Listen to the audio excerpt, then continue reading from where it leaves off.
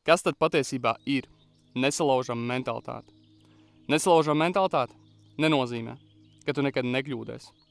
Tā nenozīmē, ka tu nekad nenokrīti vai arī neizjūti pretestību savā dzīvē.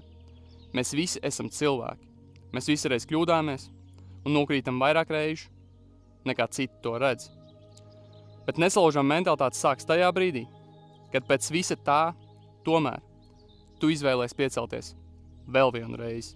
Nevis tāpēc, ka ir viegli, bet gan tāpēc, ka padošanās nedrīkst būt opcija.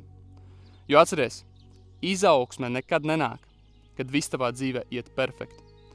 Tā neatnāk tajos brīžos, kad viss iet gludeni, bez pretestības, bez kļūdām un pārbaudījumiem. Cilvēks neaug komfortā. Tavs ķermenis kļūst stiprāks tad, kad tam tiek dots slodzi. Tavs raksturs kļūst stiprāks tad, kad tam tiek doti pārbaudījumi. Un tavs prāts kļūst stiprāks tad, kad tu iemācies iet cauri procesam arī tajos brīžos, kad vairs nav ērti. Tieši bieži vien kļūdās slēpjas vislielākās atziņas. Tieši kritieni parāda, kur tev vēl ir jāaug. Un diskomforts parāda, nu kā tu patiesībā esi veidots. Jo cilvēks nekļūst spēcīgāks, visu laiku atrodoties tikai tajā vietā, kur viņam ir ērti, viegli un pazīstami. Lai augtu, tev ir jāieliek sev vidē, kas izaicina.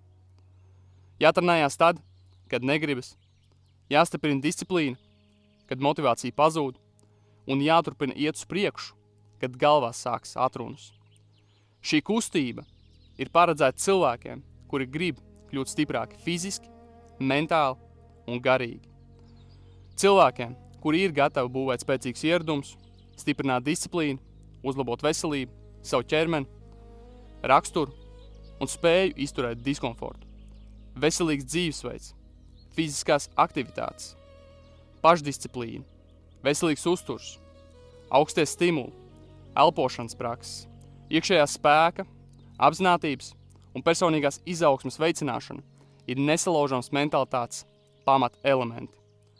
Šīs virzības mērķis ir palīdzēt cilvēkiem pārņemt kontroli par sevi, par savu ķermeni, par savu prātu, par saviem ieradumiem, par virzienu, kurā viņi iet. Jo atceries, nesalaužams cilvēks nav tas, kurš nekad nenokrīt ceļā uz saviem mērķiem. Nesalaužams cilvēks ir tas, kurš krīt, mācās un pieceļās vēl vienu reizi.